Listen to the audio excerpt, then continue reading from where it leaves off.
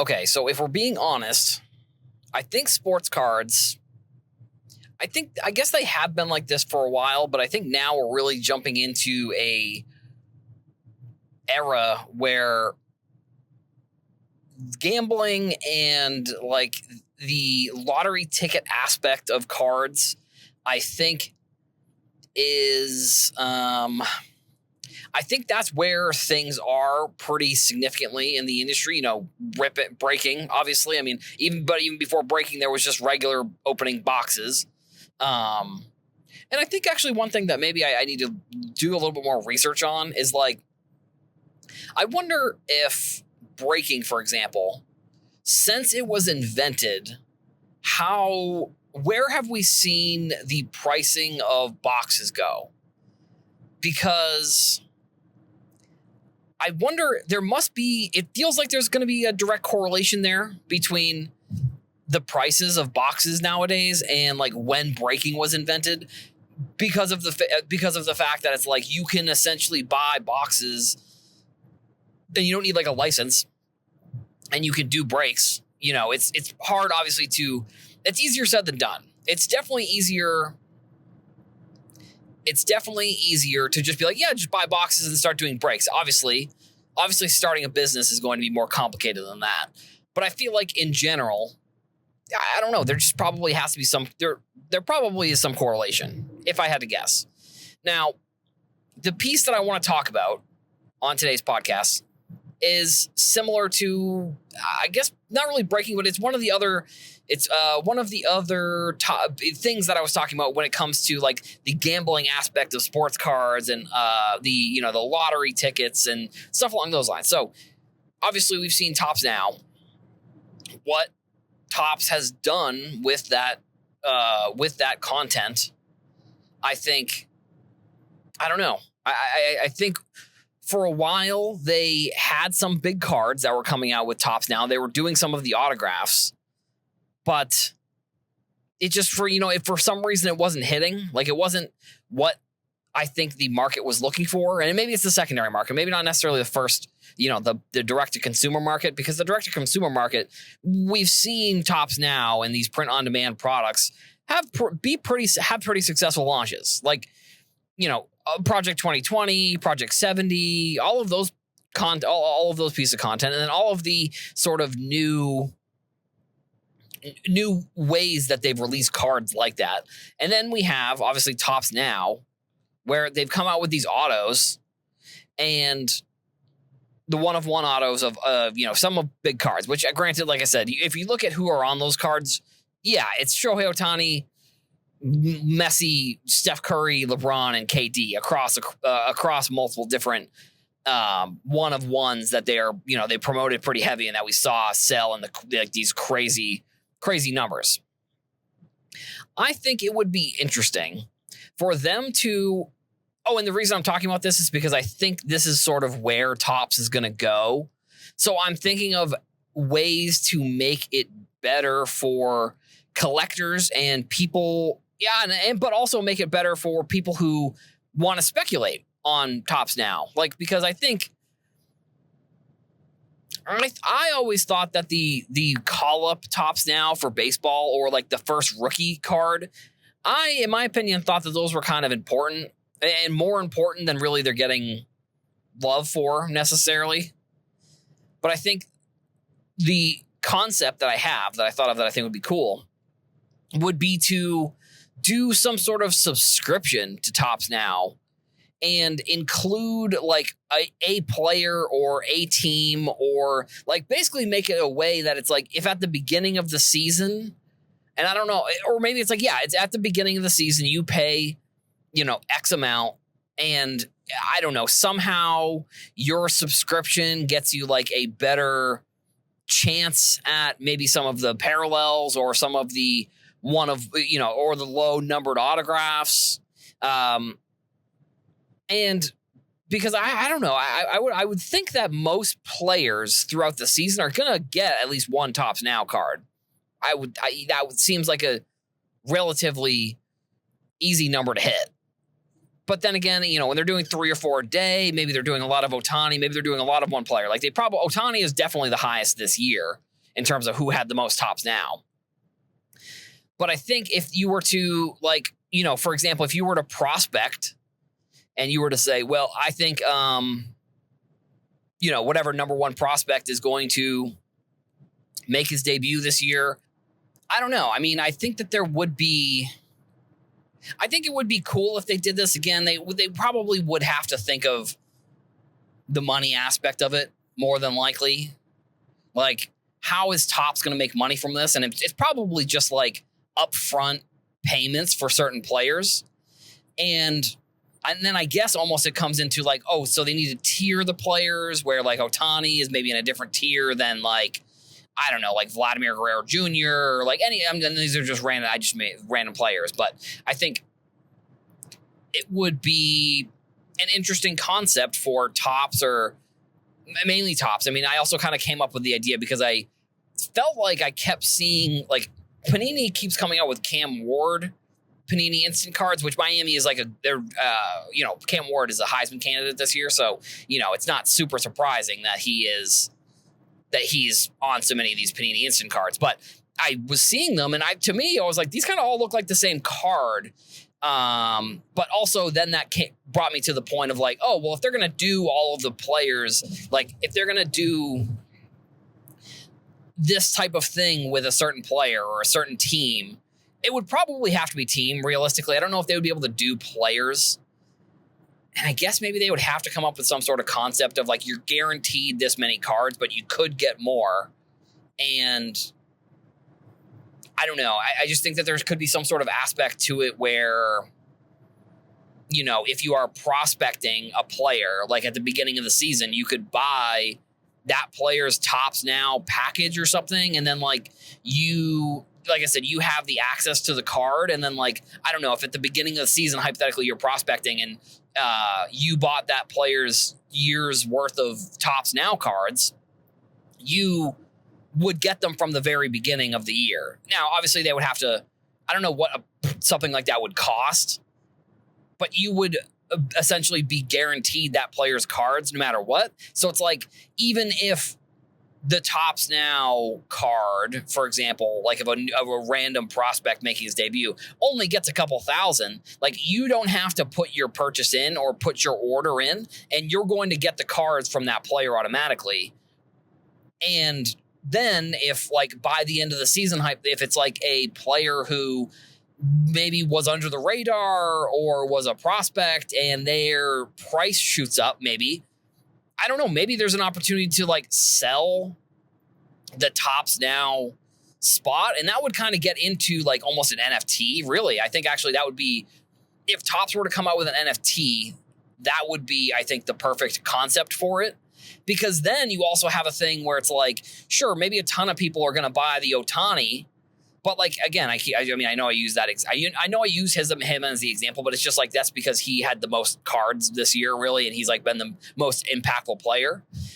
But if you were to buy, I don't know, let's say any other random player, maybe let's say they're a rookie, or let's say, I don't know. I mean, and maybe even you could yeah, I think that would be worth it. Actually, I think it would be, you could buy an NFT of a player while they are a prospect. And it's like, maybe there's some sort of new thing that comes along that's like, each prospect, once they reach a certain level, that's when they get the card or the thing that you can buy. And that way, so it's like, if you buy and this, I think this would be beneficial for Topps as well, because then you could, the way some of the NFTs work, which I know NFTs and some people just rolled their eyes here, but the way those could work is that you buy it whenever the player becomes, I don't know, it is in AA or AAA or something like that. And then you could sell it if you want to, like these would be available for buying and selling. And it would be, and the way that the NFTs are set up is Topps could get a commission from reselling of the thing. So like they would get a 10% commission, or however they want to set it up, for if someone sold that player's NFT for the card. Obviously you have to put some parameters of when that player gets that NFT or whatever. But I think because then you also have like jersey numbered NFTs. And I know that, like, I don't know, randomization of NFTs maybe is a little bit sketchy still. But I think that would be an interesting idea for Topps to implement an NFT and then also implement Topps Now into, their regular marketing, their regular product line, because I have been a big believer in Topps Now, and I think the fact that they've come out with all of these one of ones, I think that proves the concept of the Topps Now is a good one and something that they maybe should try and expand upon in the future. Week 5 is in the books for the NFL, and I probably won't do, I don't know, if there's notable things that happen, maybe I'll do some sort of review, but I feel like honestly, a lot of the recaps I end up doing, or I feel like I just say the same thing most of the time, like if you want a prospect, it's probably not the best idea for football, or if you want to just buy quarterbacks, that's probably where it's going to be. And then I thought the whole market was going to change or whatever. So, some of the notable things, Caleb Williams, rookie, played well, did play the Panthers. So I don't know how much you can really take from that. Bryce Young also played, and he played fine in that same game.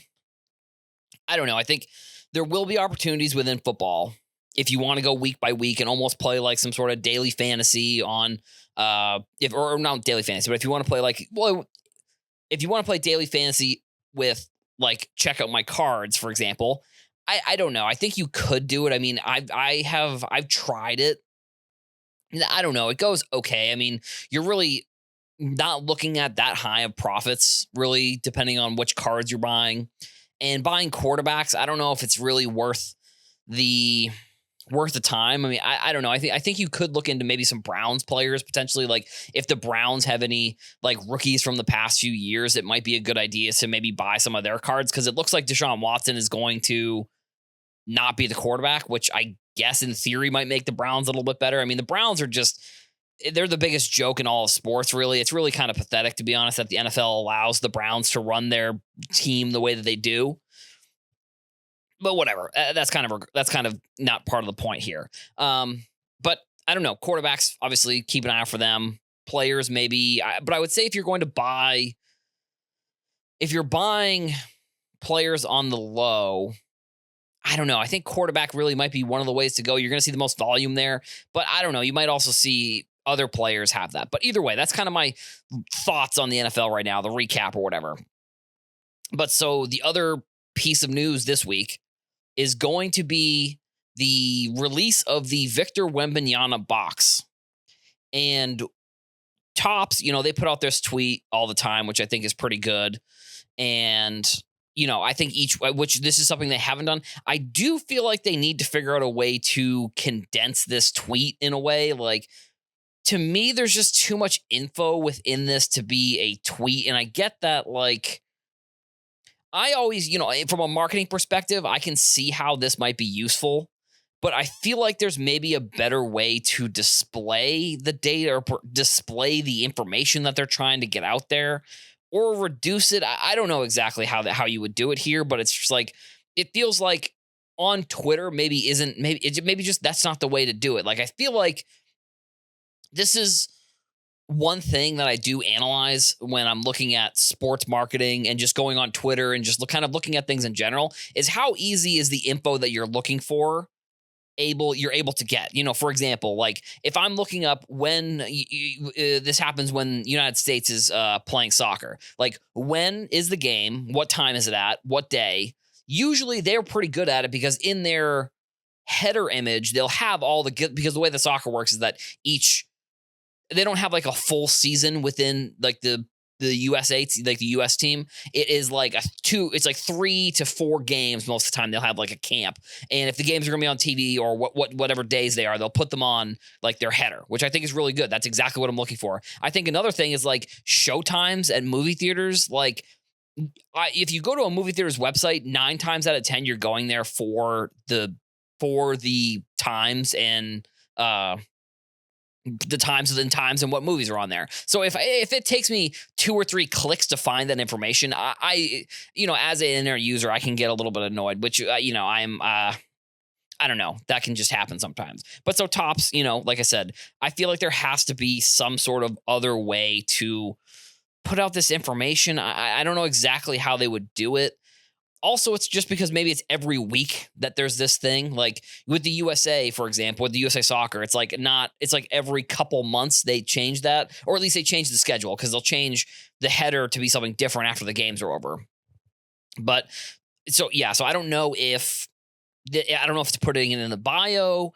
I don't know if it's just like putting out a graphic almost, like maybe instead of all this text, because the issue that I find, at least in this tweet, in the content they're putting out, is that they put out releases this week, and then when you look at the tweet, if you don't click on it, I know it says show more, but you have to click into the tweet to see all of them. And then also they had to put out that the Victor Wembanyama box, that also is in this tweet, but I had to reply to the tweet. I don't know if it's because they ran out of space maybe, but then they said bookmark this post and follow Topps and never miss another release. I think that's fine. Putting a call to action at the end of that tweet, I think, is perfectly fine there. But I don't know. It feels like they need to, because then you have the graphics. So it's like it feels like they should either choose one or the other. They should choose to do all text and not include a graphic, or they should do a graphic. And maybe this is me being a little bit judgmental, just because I don't know. I think from a marketing perspective, I think there's maybe a different way to display this, and that's just the point of the tweet, at least. And now I'm going to talk about the Wembanyama box, which is on Wednesday of this week is when it says that it's going to be released. And let's just put it this way. There was a little bit of a jump scare when I saw how much the hobby box was going to cost. 8 cards per box, between 2 to 3 autos per box, and the box is going to be $8,000. I know that Topps needs to recoup their money for what they paid Wembanyama for the exclusive for his autographs, but it feels like they invested maybe a little bit too much here. I feel like if you have to sell an individual player box like this for $8,000, is the investment in the player's autographs really worth the amount of money that someone would have to spend? Because I think there's I don't know. I think I kind of think there's 3. I'm going to talk this out. I think there's 3 customers here that are buying this. There's the one customer that's just going to buy it and they don't really care what they're going to get. So like they'll buy it even if they get a bad box, doesn't really matter. And then the other customer is going to be someone who looks to buy this and, is looking to pull something. I was going to say there's a third customer that like is just a regular collector, but then I thought like no regular collector or no regular person within the industry is buying an 8-card, $8,000 box, because, I'm no mathematician here, but 8,000 divided by 8, that's 1,000. So you're essentially paying $1,000 per card for the potential of 3 autographs. So are you even getting, like, is one of the autographs going to be worth it just feels like the amount that they're selling this box for is not worth it. And I don't know if that's where the industry is just at in general. Like if Topps is coming out, like I just wonder from this perspective, like how they think of this. I wonder, like, do sports card companies want people to buy boxes and get good cards out of them? That's sort of, I think that is maybe almost another discussion, or maybe not. I can kind of get into that. I just a box like this, $8,000, if you're spending $8,000, then the second customer is somebody who does want to pull something, and then they buy the $8,000 box and then they don't pull anything, and then they either quit sports cards or they like never buy boxes again because they just spent $8,000 on a box, which I think that second customer, the first customer is probably more likely the person who buys this $8,000 box and doesn't really care what they're pulling. But I don't know. I just think that it's the question of, do sports card companies care about what people are pulling from these boxes? I feel like it's almost answered in the sense that, like, look how many boxes there are produced and like the junk that's coming in them. And I'm using junk in a hypothetical and a descriptive and a actual sort of junk, because I know people don't like people calling cards junk, but it's like the cards that are coming out of these products are not well produced cards. That's what I mean by junk. Not necessarily that the cards themselves are junk. I'm saying the actual production and the actual card quality is almost like that. So like and then that production has just continued to increase. They've continued to increase the amount of prices for boxes. They're also investing. Like, are they like this is more than likely a product produced so that way they can just simply make money back from their investment on the autographs or the autograph that they bought, basically the exclusive. And they're also trying to, which I almost wonder why they weren't coming out with these boxes earlier in the season. Like, I know that they had to get the cards autographed and they had to produce the cards, but like the NBA preseason has started. So again, it's like these are going to be rookies. I've seen tons of cards from the product. There are rookie logos on these cards. So I don't know. It's I think there's two pieces there. It's like, is it worth the investment to buy these exclusives if you have to come out with an $8,000 box? And do they care? Like, that's maybe the other piece. Like I said, I don't know. I feel like I want them to, like I want them to care what people are pulling out of the boxes, but I just look at a product like this. And I'm just like, what is even like, I can't justify, like, I would never tell anyone to buy anything like this. Obviously $8,000 is out of the price range that I would spend. So just from that standpoint, I'm not telling anybody to, but even the thought of buying an $8,000 box that is kind of focused around one player, like I'm sure there's other players in the box and there's probably other autographs, but like it's a Victor Wembanyama themed box. So like, if Victor Wembanyama one day doesn't turn out, Penny is doing it with Caitlin Clark also. So this isn't just Victor Wembanyama. Now, I don't think those Caitlin Clark boxes were $8,000, but like, I think you understand the point of like the companies are investing in these players early on in their career, and they're almost unfortunately passing on either what I would consider a bad decision and getting that exclusive for Victor Wembanyama and making customers almost recoup some of that. Because it's also the end of the year almost. So it's like they're kind of down to the wire here with, how much time they have left to sell these Victor Wembanyama rookie cards. So, or maybe they just had a bunch of autos. I don't really know what the total plan was here for this product, but I don't know. Again, overall, I'm not a huge fan. And I think the $8,000 price tag, I would almost say I guarantee that you're not going to pull $8,000. Like if you pull any one of one, sure. But like there is a 99% chance that you're not going to. And so that means I think there's a 99% chance that you aren't going to make your money back, when in the past buying sports card boxes has been at least a decent way at making some of your money back, or money back that you can then spend on other sports card products or cards. So one of the viral sports card tweets, and sports card tweets, they don't necessarily go as viral as other, what is considered, I don't know, viral. It's different for everybody, but when it comes to sports card stuff, a post on Twitter that has like 34,000 views, 31 comments, 9 retweets, 99 likes. That's kind of a little bit, that's viral in my opinion. So the one that I saw, it was from Grand Salami Sports Cards. And the first one was basically tweeting at, which, let me see. Oh, the first one actually has 86,000 views also. So, two posts that are, I don't know. I would consider them viral. But the first one basically, I don't know, complaining about which I don't mean to be rude. I think maybe some of the stuff that I'm going to say on the podcast could sound rude. And I don't know, but I'm just characterizing the tweet how I see it realistically.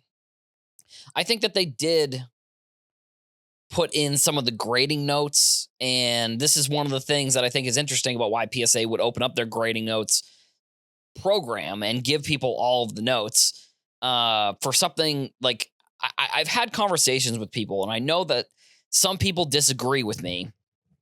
Some people disagree with the opinion that I think grading is just subjective, and it's never going to be perfect. And so, like, basically, they put out a post saying, like, hey, they put the grading notes. There really wasn't much in the grading notes, at least from what I'm seeing here. It seemed like front, top to bottom. I don't know if maybe that's grading, not or grading notes lingo, because I don't really know exactly what that means. But basically, I think what basically off of the context clues I'm getting from this tweet, I think it's essentially saying that it's off centered. I think that's what that means. But then if you look at the card, yeah, it's not. It looks pretty good. Like, it does.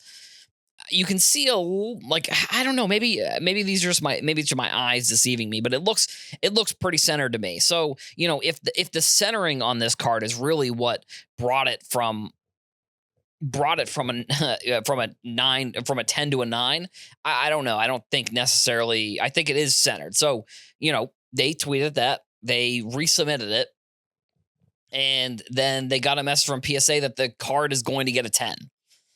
And I don't know. I'm trying to choose the words that I'm saying here carefully, because I don't love the precedent that sends for PSA. I don't like the precedent that it sets, that you can essentially have a customer say, hey, I think you're wrong about the grade, and resubmit it however many times, which this is not on the customer. Also, this is more for PSA. I think the way that the customer went about it, they got their customer, the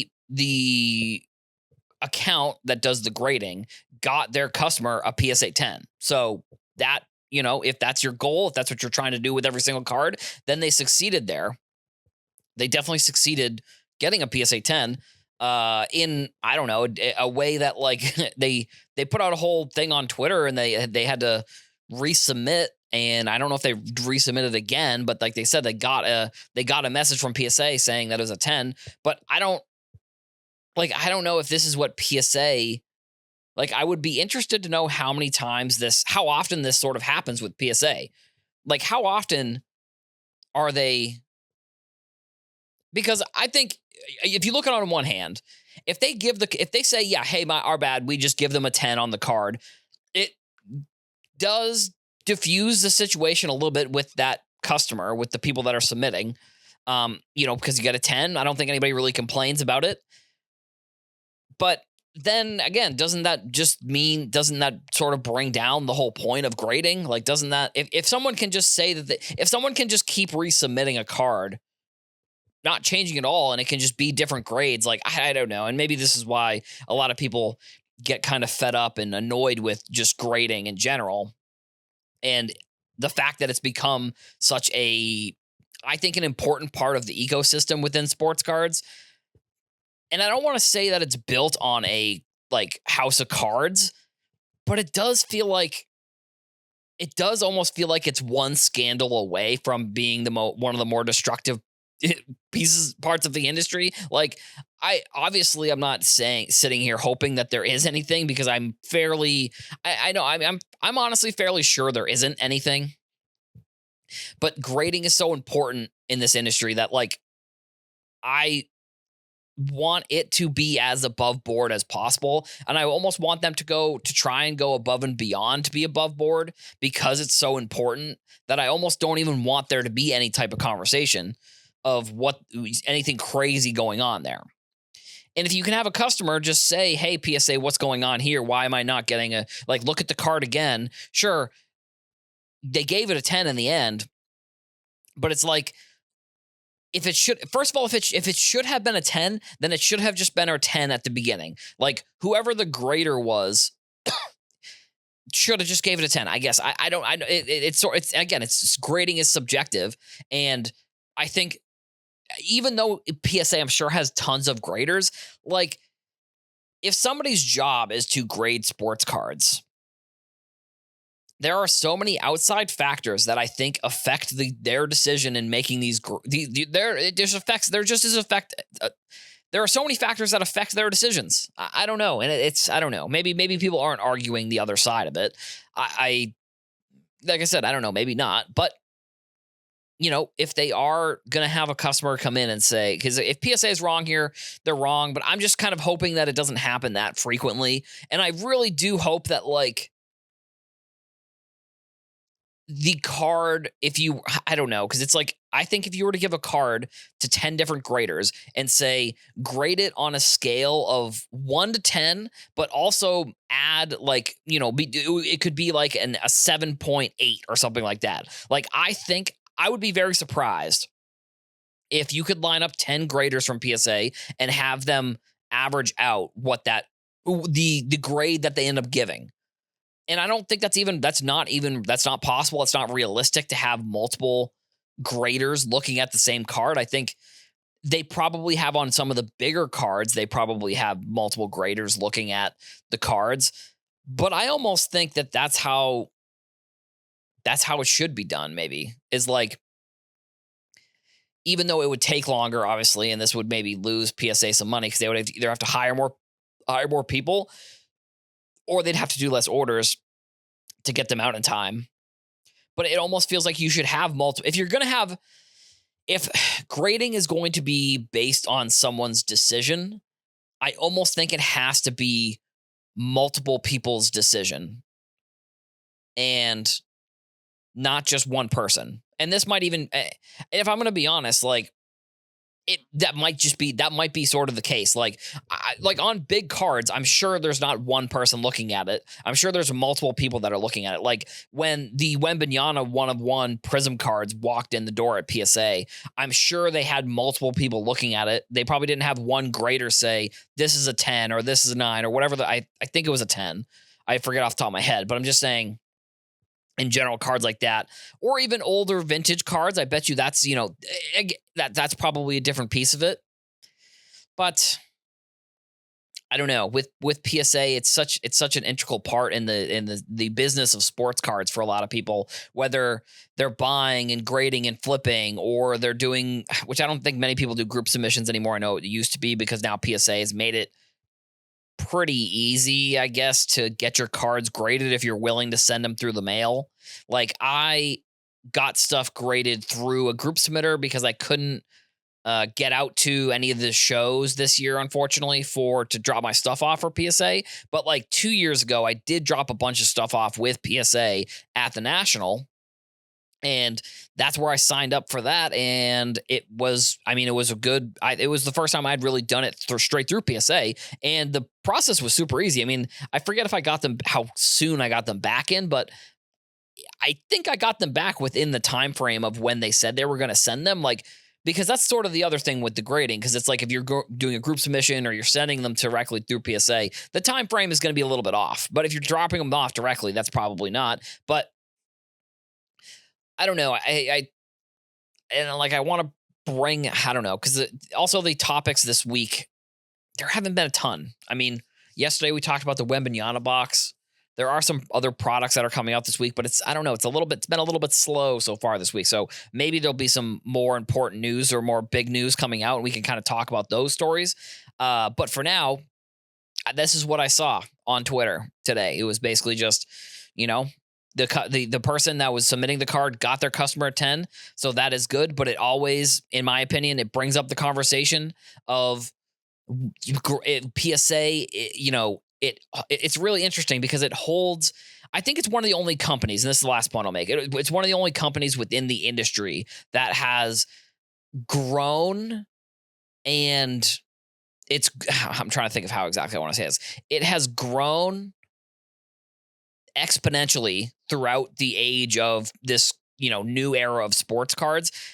And it's grown and become much more consumer focused, but also kept the value of the branding intact. Because I think other companies have grown at a similar rate, but the quality of the product ends up going down. And realistically, I'm mostly talking about like actual sports card companies. Like, I think Topps has done an okay job at keeping up with some of the quality. Panini, I think, has really dropped the ball on like increasing so much and making so much more money, and then also coming out with a product that isn't really holding up to the brand standards that I think they should be. PSA, on the other hand, I think has done a good job at all of those things, which is why I think it's fair to criticize this company for something that I don't really like that they were doing, maybe potentially, and also just figuring out ways that overall, we can all think of ways that we can make PSA more important and also keeping the brand integrity intact, because it is one of the most important brands, and especially because of all of like the other companies now that they're affiliated in this industry. With the official release of the Victor Wembanyama product, the $8,000 Victor Wembanyama product, we've gotten more info on it. Like I said, I've been watching some people break the product, looking at some of the cards. Like I said, there's just no way that this product is worth $8,000. Like, it's almost frustrating. Like, this is, of all of the things, of all of the newer, and I don't even think necessarily a singular player product is a new innovation for Topps, but like, this product really just sort of rubs me the wrong way, in my opinion. Like, for Topps to say that this is worth $8,000, I know I talked about on the podcast earlier this week, like, asking the question, like, do they even care that what people are pulling out of this product? Like, I think that this is a pretty good example that, like, they really could. I think that they do, in my opinion. I think this product is an example of maybe Topps testing something, and maybe not necessarily trying to prove a point, but testing the limits of what they can really come out with that people will buy. Because I think over the past few years, we've definitely seen in the sports card industry that people are willing to buy a lot. Like, people are willing to buy boxes that are really not super crazy, but they're willing to pay the money for them. They're willing to, that people have increased, sorry. Sports card companies have increased the pricing.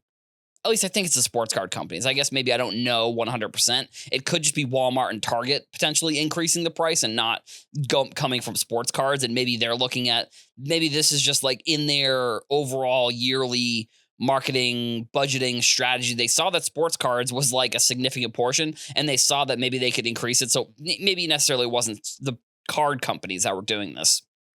But I think with this box, over the past few years, we've seen that people are willing to buy those boxes, even with the price increase. And I also think it's at least one piece of it here is like, sports card companies probably looked at it and said, we can spend less money on producing the boxes and people will still buy them. Like, we've seen over the course of multiple different products, cards just decreasing in amount you get in a box, and then the price increasing. And maybe this Wembanyama box is just a way for Topps to test and to be like, well, if we come out with this, like, because also it's a profit and loss thing here. Like, they spent X amount of dollars on the exclusive Victor Wembanyama autograph exclusive licensing.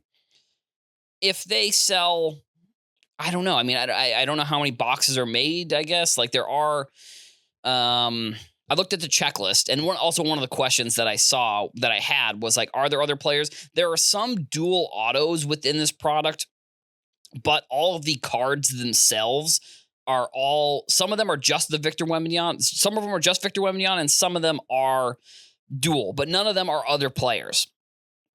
But so they have to make I'm assuming they have to make their money. They're trying to make their money back with this box because that's why you'd come out with it so late. They probably looked at it and said, we aren't making what we expected on this. Or maybe they just couldn't get the cards signed in season. Or maybe that's when they did get them signed. And now it's just the time where they can actually produce the boxes themselves.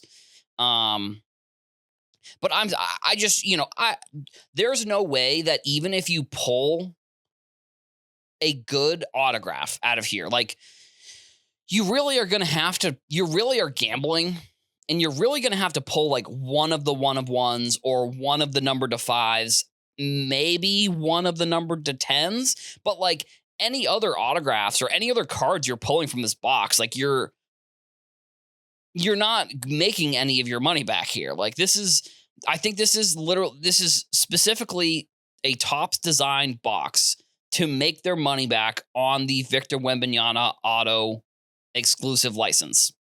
And unfortunately, rather than them coming up with a concept that could help the hobby overall, like, I don't know, including these Victor Wembanyama cards in different products. And I know that it's probably more complicated than this. I'm probably boiling it down and simplifying it to a way that it's not really the case. Like, they need to make their money back on the thing. Like, like I said, it's a profit and loss type situation where they have to make, I don't know, however much they spent. Let's just say they spent $4 million on these, on the exclusive license. Let's say they paid Victor Wembanyama $4 million.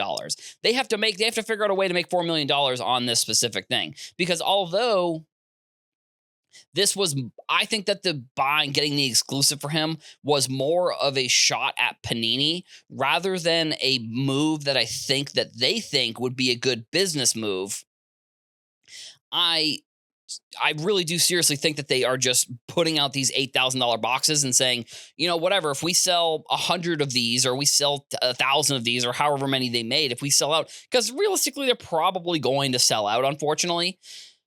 And I say unfortunately because an $8,000 sports card box is not good for the industry when it is a singular player who is coming off of a rookie year. Sure, he was rookie of the year. Sure, he played pretty well, and he has been one of the more hyped basketball prospects we've seen really since Zion. And I would say he played better in his rookie year than Zion played in his rookie year. And I think Zion, I don't know, that's another thing that I think is interesting is he's had some news come out recently about how he's so ready for the next season, blah, blah, blah, blah, blah, blah, blah, whatever, dude. Like, I don't know. He's just been very disappointing, Zion has. Now, Wembanyama, I don't know what his necessarily intentions or goals are here in the NBA. Like, if he just wants to come in and make the money, maybe, have a 10-year career like Zion, for example, like he probably could play longer just because of his namesake. And I think even though how bad he has played, he still will be able to get contracts like past whatever his next contract is. Wembanyama could do probably the same thing. And what that would then mean is, like, if you aren't selling the cards, like, here's kind of the other issue that I have with this product maybe is, like, the longevity of the product just doesn't seem like it's going to be there. It just doesn't seem like it will hold up the $8,000 in value over the course of his career. I guess that's maybe a bold prediction potentially. I don't really know. But I think the other topic from the breaks and all the stuff that I've been watching are the card designs that have been coming out. And also there was news that he is going to have RPAs and patches from specific games are going to be included in this product. And just regular patches have the specific game that he wore the patch, which is like, that is something that should not, that is actually one of the biggest, and I know I've talked about scams within the sports card industry. The game worn versus player worn patch thing is just, in my opinion, one of the bigger scams in the hobby. It's really unfortunate that we've gotten away from. It's unfortunate we've gotten away from coming out with patch cards that have these specific games in them or have a way that you can even look them up. And I know it's obviously because it's, first of all, cheaper. First and second of all, they can make more product if they just have one of these, like if they just wear whatever jersey during rookie premiere and they put one on, they take it off, put one on, take it off, and repeat the cycle. You can come out with way more product, but it's just like so. I don't know. It's not. I almost want to use the word insulting for someone's intelligence when you are just producing a product with a game with a player worn patch. Now, these are game worn patches. They have cards with the game worn patches, which, like I said, RPAs. And it gets into sort of the last piece of the episode here, where I'm going to talk about the card designs. And one discussion I have seen over the past few years is, what should they be reusing concepts for designs? Like, I know that, like, the cup, for example, like a couple years they've used the same design. Exquisite has been one that, over the course of the history of the Exquisite, they've used the same since they've used the same design since with that first design, the first 2003 LeBron design. They've used that multiple different years. I think they used it for like Steph Curry's rookie year. I think Ohtani's rookie year, and then I believe they did it again recently where they came out with a product that had exquisite RPAs that the design was exactly the same. And I think it's a discussion that is important for people to, or I don't know. I think it's important because it's like, on one hand, I can see how people would argue that it's maybe lazy for them to just use the same design. But to me, I find that it maybe is more of a branding approach where I'm okay with them using the same design for specific cards, as like if it's an exquisite product, for example. Like, I would be okay with them doing the RPAs every single year as the same design. The exquisite RPAs, if they did that exactly the same way every single time, I'd be fine. But I think they almost need to come out with, like, if exquisite is going to be a product every single year, they then need to come out with other cards that are not the RPAs that will have the different designs. Like, that's what I would be okay with. And that's what I think with these designs, they look very similar to exquisite, in my opinion. Like, that's just, I think seeing a few different designs, they just do. And I think if you were to take the concept of the singular player, and if like the singular player concept was to have specific cards that were the same in every single singular player product, that would be something I would be okay with, as long as there are going to be other designs within the product. Like, if they're using the same exact designs with different players for every single card, every single insert, all of these things, I guess, I don't know. That does seem a little bit like lazy, I think, is what I see a lot of people arguing when they talk about that. But I think if they were to brand it in a way that looked good, and they were able to brand it in a way that they could use it over the course of multiple years, I think that would also be a very interesting concept and something that I would personally like, because then you can just look at over the course of however many years in a row, you can look at all the RPAs and you can know exactly which ones are, like, which one is the RPA, which one is the card that, like, hypothetically, if every year you want to buy a new one, you can just look for the same exact design every single year and not have to worry about, like, for Prism or for any of the other products. Like, I think it would, in my opinion, mainly have to be a higher end product, maybe not necessarily a like singular non-RPA version of a product. That's how I would do it. But I think overall, I would be fine with the concept. And that is just one of the other pieces that I've noticed as I've been watching people break the product, this Victor Wembanyama product, and just cards like being listed and being posted on social media in general.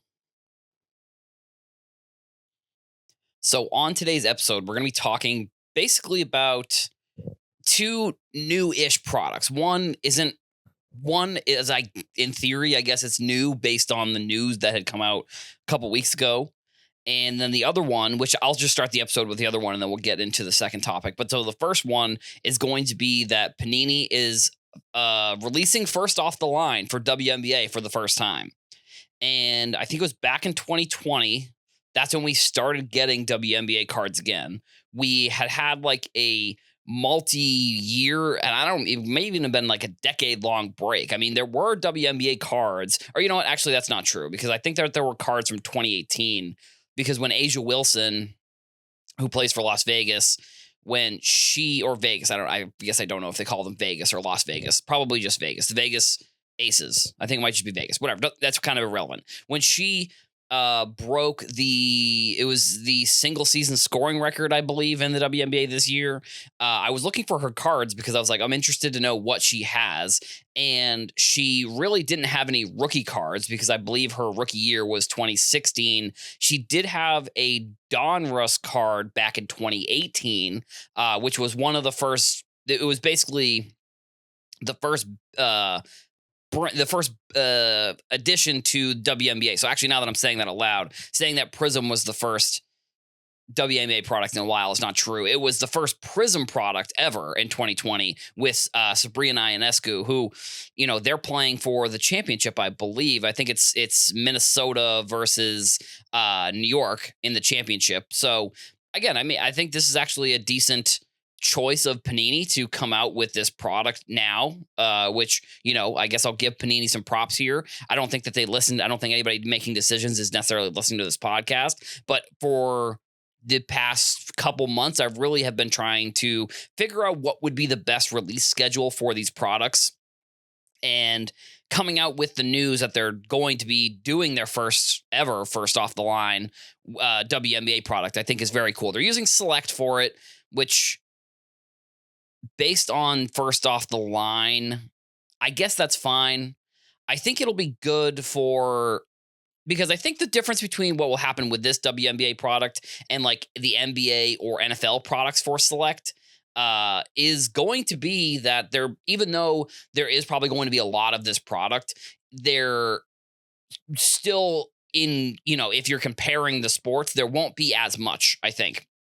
Like, I don't think we're at a point where NBA and WNBA are coming out with the same amount of products, realistically.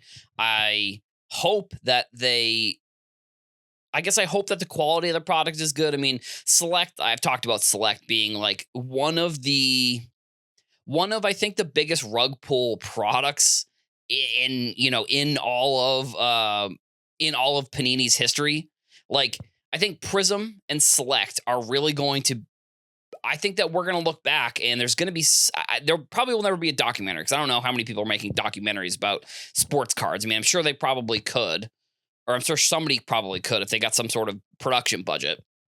But to look back at what Prism and what Select were in the grand scheme of sports cards, like those were two, which I still think Prism is important, but like Select, these were two of the most important products within the whole industry, and Select being hobby only was massive. Then they just decided, they were like, yeah, actually, we're not doing that anymore, which it just stinks. It stinks that they decided to do that. But so for this product, I would guess that there's probably going to be in store and in retail and hobby, if there's going to be first off the line. So we're finally going to be getting some like Caitlin Clark specific products as well, which I don't know. They probably will do Prism, if I had to guess, just in this next few months. I would imagine they have to do that. They do have Angel Reese and Caitlin Clark, two exclusives now.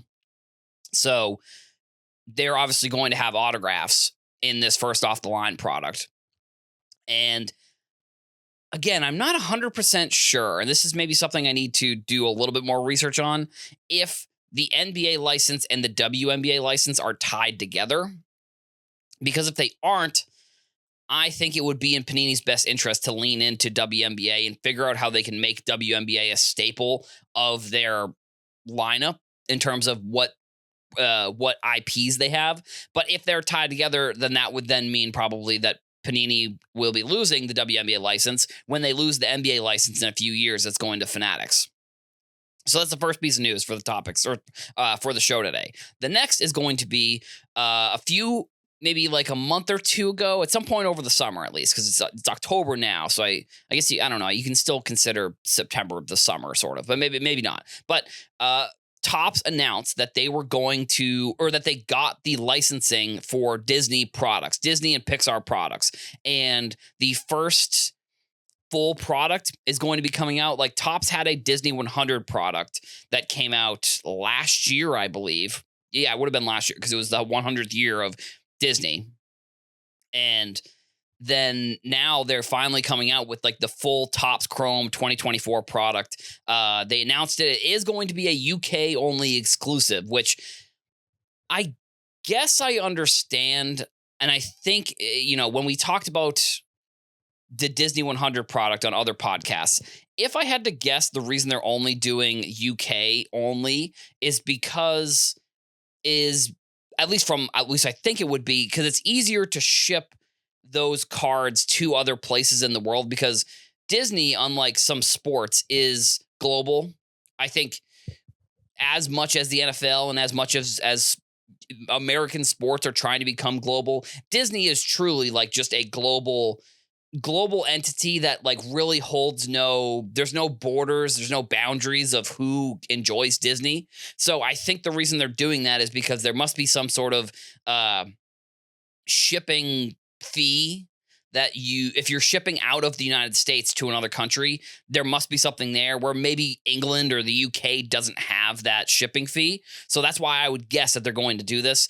Do I think that they're also going to do a US version? I guess I don't see why they wouldn't, but if it's a Topps Chrome, like, what is, if that fee, or is that, I mean, is that really the reason why they are not doing a US product first?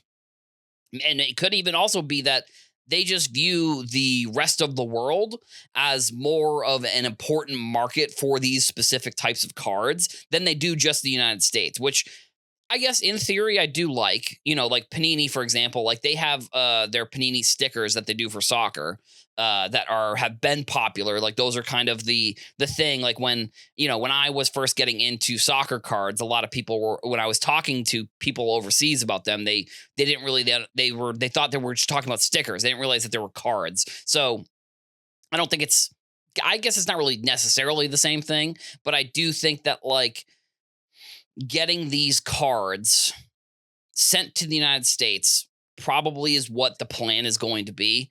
Or they're going to do, or it's just going to be the same product and they're going to do like a UK release to see how it goes. And then they'll do a US release.